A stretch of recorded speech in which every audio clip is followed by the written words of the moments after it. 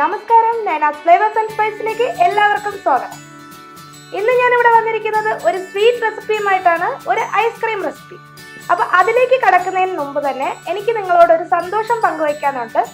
എൻ്റെ channel 1K subscription കഴിഞ്ഞിട്ടുണ്ട്. അപ്പോൾ എല്ലാവർക്കും ഞാൻ 1000 നന്ദി അറിയിക്കുന്നു. എൻ്റെ ചാനൽ 1K സബ്സ്ക്രിപ്ഷൻ ആകാനായിട്ട് സഹായിച്ച നിങ്ങൾ ഓരോരുത്തർക്കും ഞാൻ എൻ്റെ നന്ദി അറിയിക്കുന്നു. ഇനിയും എൻ്റെ ചാനൽ ഇതേപോലെ നിങ്ങളുടെ സപ്പോർട്ട് ഉണ്ടായിരിക്കണം. നിങ്ങളുടെ സപ്പോർട്ടോട് കൂടി മാത്രമേ എൻ്റെ ചാനൽ മുന്നിലേക്ക് വരാൻ പറ്റുള്ളൂ. അപ്പോൾ അതിൻ്റെ ഒരു സന്തോഷത്തിലാണ് ഇന്ന് ഞാനിവിടെ ഐസ്ക്രീം ഉണ്ടാക്കുന്നത്.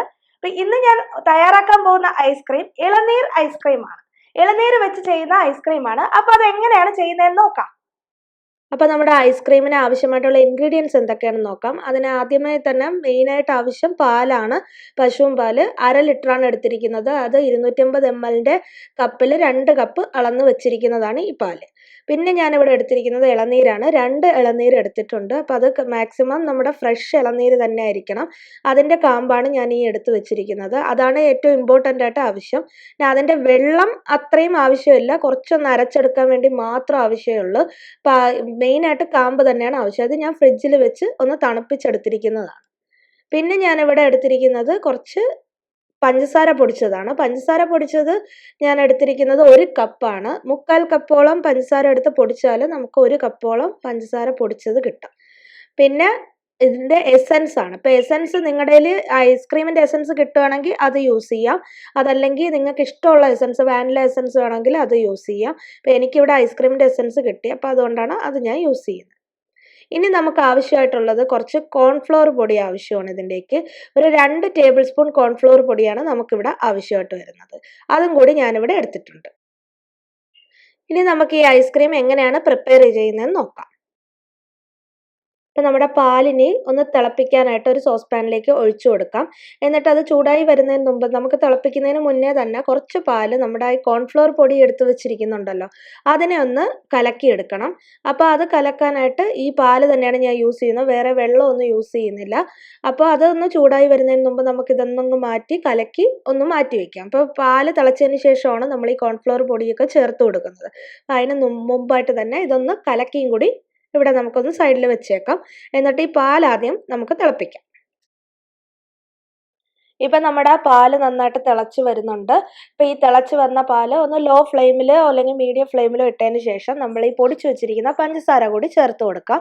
എന്നിട്ട് അത് നന്നായിട്ടൊന്ന് മിക്സ് ചെയ്ത് കൊടുക്കണം. ഇപ്പോൾ പൊടിച്ച് വെച്ചതായതുകൊണ്ട് തന്നെ പെട്ടെന്ന് അങ്ങ് മിക്സ് ആയിക്കോളും. അപ്പോൾ അതിനാണ് ഇപ്പോൾ ഒരു തരിയോ ഒന്നും ഉണ്ടാകാതിരിക്കാൻ വേണ്ടിയാണ് ഇങ്ങനെ പൊടിച്ചിട്ട് ചേർക്കുന്നത്. അപ്പോൾ കറക്റ്റ് പരുവത്തിൽ നമുക്ക് കിട്ടും. ഇപ്പം ഇത് നന്നായിട്ടൊന്ന് ഇളക്കി കൊടുക്കാം. നല്ലതുപോലെ ഒന്ന് ഇളക്കി കൊടുക്കണം. നന്നായിട്ട് ഇളക്കി ഒന്നുകൂടി ഇതൊന്ന് തിളച്ച് വരണം. അപ്പോൾ ആ തിളച്ച് വന്നതിന് ശേഷം നമുക്കിതിലേക്ക് ആ കോൺഫ്ലോർ പൊടി കലക്കി വെച്ചിരിക്കുന്നത് കൂടി നമുക്ക് ചേർത്ത് കൊടുക്കാം. ഇപ്പം നമ്മുടെ പാല് നന്നായിട്ട് തിളച്ച് വന്നിട്ടുണ്ട്. ആ പഞ്ചസാരയും കൂടി ചേർന്ന് നന്നായിട്ടൊന്ന് മിക്സായി തിളച്ച് വന്നിട്ടുണ്ട്. ഇതിലേക്ക് ആ എടുത്ത് വെച്ചിരിക്കുന്ന കോൺഫ്ലോർ പൊടി മിക്സ് അങ്ങ് ചേർത്ത് കൊടുക്കാം. അതങ്ങ് ചേർത്ത് കൊടുത്ത ഉടനെ തന്നെ നമുക്കിത് നന്നായിട്ടൊന്ന് ഇളക്കി കൊടുക്കണം, കൈ എടുക്കാതെ. കാരണം ഒരു പാലങ്ങ് കുറുകി വരും. അപ്പോൾ അത് കട്ട കെട്ടാനോ അടുക്കി പിടിക്കാനോ പാടില്ല. പകരം ഒരു 2 മിനിറ്റ് നമുക്ക് ഇതുപോലെ ലോ ഫ്ലെയിമിലിട്ടൊന്ന് ഇളക്കി കൊടുത്താൽ നല്ല ഒരു തിക്ക് കൺസിസ്റ്റൻസിയിൽ നമ്മുടെ ഈ പാലൊന്ന് കുറുകി വരും. അതിനു വേണ്ടിയാണ് അങ്ങനെ ചെയ്യുന്നത്. ഇപ്പം നമ്മുടെ ഈ പാല് നന്നായിട്ട് കുറുകി വന്നിട്ടുണ്ട്. ഇനി ഇത് ഫുള്ളൊന്ന് തണുക്കണം. തണുത്തതിന് ശേഷം നമുക്ക് ഐസ്ക്രീം പ്രിപ്പറേഷൻ സ്റ്റാർട്ട് ചെയ്യാൻ പറ്റുള്ളൂ. ഒട്ടും ചൂടുണ്ടാവാൻ പാടില്ല. അപ്പം ഈ ടൈമിൽ നമുക്ക് ആ വെച്ചിരിക്കുന്ന ഇളനീരെടുത്ത് ഒന്ന് അരച്ചെടുക്കാം.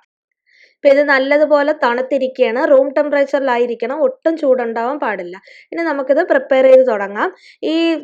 നമ്മൾ ഈ ചെയ്ത് വെച്ചിരിക്കുന്ന ആ ഒരു മിക്സിനെ നമുക്കൊരു ബൗളിലേക്ക് അങ്ങ് മാറ്റാം. നമുക്ക് നന്നായിട്ടൊന്ന് ബീറ്റ് ചെയ്തൊക്കെ എടുക്കണം, എല്ലാം കൂടിയൊക്കെ മിക്സ് ചെയ്തിട്ട്. അതിന് വേണ്ടിയാണ് ഞാനിതിവിടെ ഒരു ബൗളിലേക്ക് മാറ്റുന്നത്. ഇനി നമുക്കിതിലേക്ക് എസൻസ് ചേർത്ത് കൊടുക്കാം. ഫ്ലേവർ ഞാനിവിടെ ഐസ്ക്രീമിൻ്റെ ഫ്ലേവറാണ് ചേർത്ത് കൊടുക്കുന്നത്. അപ്പോൾ ഈ ഒരു എസൻസ് ഇല്ലാന്നുണ്ടെങ്കിൽ നിങ്ങൾക്ക് ഇഷ്ടമുള്ള എസൻസ് ചേർക്കാം. വാനില എസൻസോ, അതല്ല ചോക്ലേറ്റ് ചേർക്കുന്നവരുണ്ട്, സ്ട്രോബെറി ചേർക്കുന്നവരുണ്ട്. എങ്ങനെ വേണോ ചേർത്ത് കൊടുക്കാം, പ്രോബ്ലം ഇല്ല. അല്ല ഇളനീരിൻ്റെ തന്നെ ഫ്ലേവർ വേണമെന്നുണ്ടെങ്കിൽ നല്ല ഫ്രഷ് ആയിട്ടുള്ള ഇളനീരാണെങ്കിൽ നല്ലൊരു ഫ്ലേവർ കിട്ടും. അപ്പോൾ അങ്ങനെ ആയാലും മതി. അത് ഓരോരുത്തരുടെ ഇഷ്ടം അനുസരിച്ച് നമുക്ക് ചെയ്ത് കൊടുക്കാം. ഇനി ഇതിലേക്ക് നമുക്ക് അരച്ചു വെച്ചിരിക്കുന്ന ആ ഒരു ഇളനീര് ചേർത്ത് കൊടുക്കാം. ഇത് അരയ്ക്കാനായിട്ട് ഞാൻ 2 ടേബിൾ സ്പൂൺ ഇളനീരിൻ്റെ വെള്ളം കൂടി യൂസ് ചെയ്തിട്ടുണ്ടായിരുന്നു. എന്നിട്ടാണ് അത് ഒഴിച്ചു കൊടുത്താണ് അരച്ചത്. എന്നിട്ട് ഫ്രിഡ്ജിൽ വെച്ചിരുന്നു ഇത്രയും നേരം, തണുപ്പിച്ച് വെച്ചിരുന്നു. കാരണം എല്ലാം തണുത്തത് യൂസ് ചെയ്യുന്നതാണ് നല്ലത്. അപ്പോൾ നമ്മുടെ പാലൊക്കെ തണുത്ത് വരുന്ന സമയം കൊണ്ട് ഈ ഇളനീര് ഞാൻ ഫ്രിഡ്ജിൽ വെച്ച് കുറച്ചൊന്ന് തണുപ്പിച്ചെടുത്തു. എന്നിട്ട് അതുകൂടി ഇതിലേക്ക് നമുക്കങ്ങ് മിക്സ് ചെയ്ത് കൊടുക്കാം. ഇനി ഇത് നന്നായിട്ട് നമുക്ക് ബീറ്റ് ചെയ്ത് കൊടുക്കണം. ഇപ്പോൾ നമ്മുടെ ഐസ്ക്രീം നന്നായിട്ടൊന്ന് ബീറ്റ് ചെയ്തെടുക്കണം. ഞാനത് മറ്റേ ബൗൾ ചെറുതായതുകൊണ്ടാണ് വലിയ ബൗളിലേക്ക് മാറ്റി. അപ്പോൾ ഒട്ടും പുറത്തൊന്നും തെറിക്കാതെ നമുക്ക് ബീറ്റ് ചെയ്തെടുക്കാൻ പറ്റും. നന്നായിട്ടൊരു 4 മിനിറ്റോളമെങ്കിലും ബീറ്റ് ചെയ്തെടുക്കണം. ആദ്യം ഒരു മീഡിയം സ്പീഡിൽ ഇട്ടിട്ട് പിന്നെ ഞാൻ ഹൈ സ്പീഡിലിട്ടാണ് ബീറ്റ് ചെയ്തെടുക്കുന്നത്. ഇപ്പോൾ നമ്മുടെ കരിക്ക് ആ ഒരു ഇളനീര് അരച്ചെടുത്തിരിക്കുന്നത് ചെറിയ ചെറിയ കടിക്കാനുള്ള പീസസ് അതിൻ്റെ അകത്തുണ്ട്, അല്ലാതെ ഫൈൻ പേസ്റ്റായിട്ടല്ല ഞാൻ അരച്ചെടുത്തിരിക്കുന്നത്. അപ്പം നിങ്ങൾ ഫൈൻ പേസ്റ്റായിട്ടാണ് അരച്ചെടുത്തിരിക്കുന്നത് എന്നുണ്ടെങ്കിൽ മിക്സിയിലിട്ട് നമുക്ക് വേണമെങ്കിൽ ഈ മിക്സ് ചെയ്യാൻ പറ്റും. ഇങ്ങനെ ബീറ്റർ വെച്ച് അടിക്കണമെന്നില്ല, കാരണം മിക്സിയിലിട്ട് ചെയ്താലും കുഴപ്പമൊന്നുമില്ല. പക്ഷെ ആ ഇടയ്ക്ക് കടിക്കാനുള്ളൊരു പീസ് വേണമെന്നുണ്ടെങ്കിൽ പിന്നെ മിക്സിയിലിട്ട് അരച്ചു കഴിഞ്ഞാൽ അത് ഫുള്ളങ്ങ് അരഞ്ഞ് ചേർന്ന് പോകും. പക്ഷേ നിങ്ങളുടെ കയ്യിൽ ബീറ്റർ ഇല്ല എന്നുണ്ടെങ്കിൽ നിങ്ങൾ മിക്സിയിൽ ചെയ്യുന്നതായിരിക്കും നല്ലത്.